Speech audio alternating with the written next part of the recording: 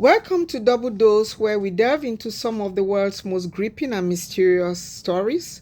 I am Dee, your guide into the untold tales of justice, activism, and the human spirit.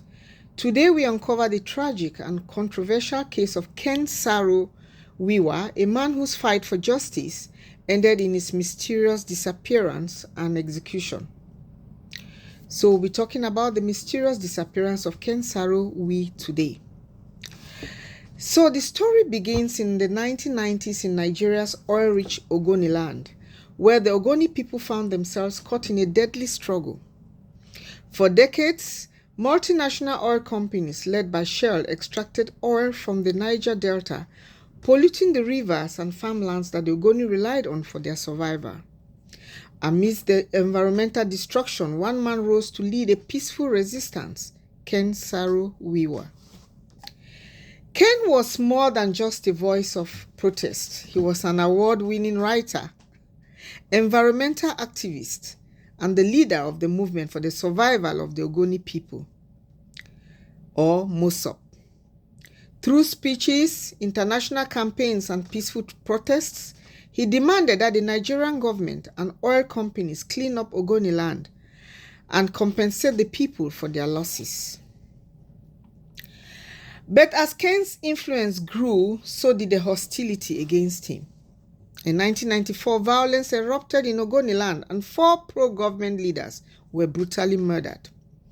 The Nigerian government wasted no time accusing Ken and 8 other MOSOP activists of inciting the killings. Despite their vehement denials and lack of evidence, they were arrested and subjected to a deeply flawed trial.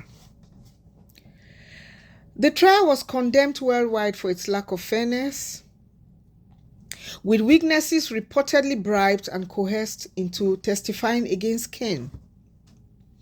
Yet on November 10, 1995, Ken Saro-Wiwa and his co-defendants were sentenced to death by hanging. The executions were carried out just days later, sparking international outrage and sanctions against Nigeria. The execution of Ken Saro-Wiwa remains one of Africa's most controversial miscarriages of justice.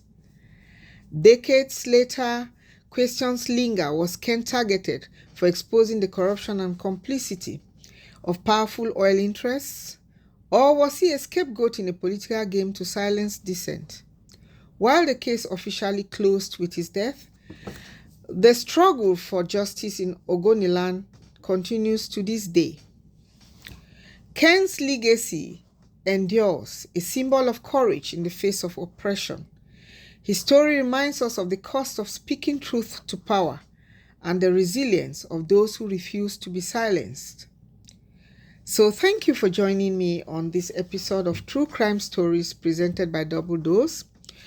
What are your thoughts on the legacy of Ken Saro-Wiwa?